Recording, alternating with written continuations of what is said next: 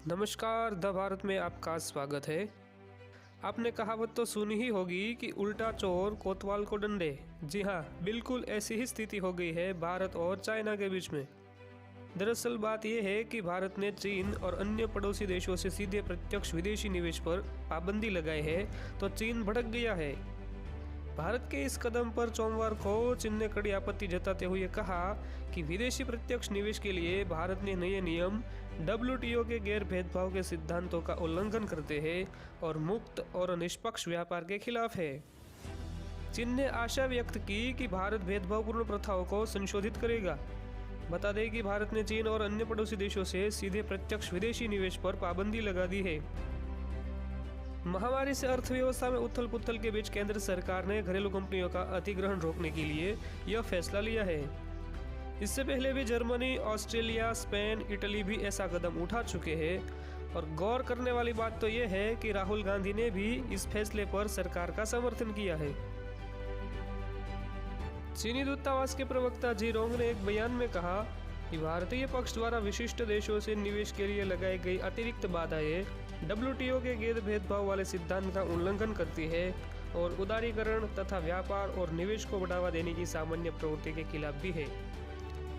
चीनी दूतावास के अधिकारी ने कहा कि अतिरिक्त बाधाओं को लागू करने वाली नई नीति G20 समूह में निवेश के लिए एक स्वतंत्र, निष्पक्ष, गैर भेदभावपूर्ण और पारदर्शी वातावरण के लिए बनी आम सहमति के खिलाफ भी है।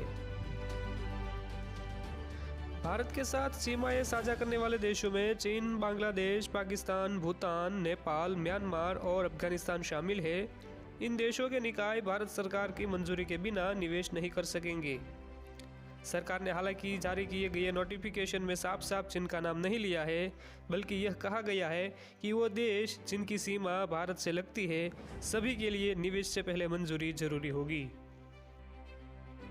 दरअसल पिछले एक साल में चीन की तरफ से देश में करीब 15,000 करोड़ रुपए का निवेश आया है। यही नहीं, चीन ने बड़े पैमाने पर स्टार्टअप में भी पैसा लगाया है। चीन के निवेश की रफ्तार बाकी देशों के मुताबिक ज़्यादा ही तेज रहती है।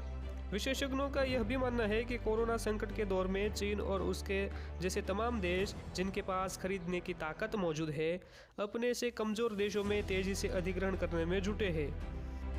अब इससे निपटने के लिए जर्मनी, ऑस्ट्रेलिया, स्पेन और इटाली जैसे देशों ने भी इस तरह के कदम उठाए हैं। आने वाले दिनों में तमाम देश भी अपनी कंपनियों को बचाने के लिए और कदम उठाएंगे और मजबूर भी होंगे, ऐसा दिख रहा है।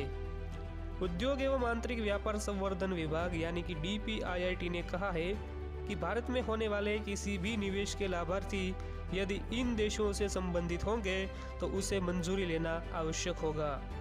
वहीं सरकार के इस निर्णय से चीन जैसे देशों पर भी प्रभाव बढ़ सकता है। आपको बता दें कि पाकिस्तान के निवेशकों पर शर्त पहले से ही लागू है।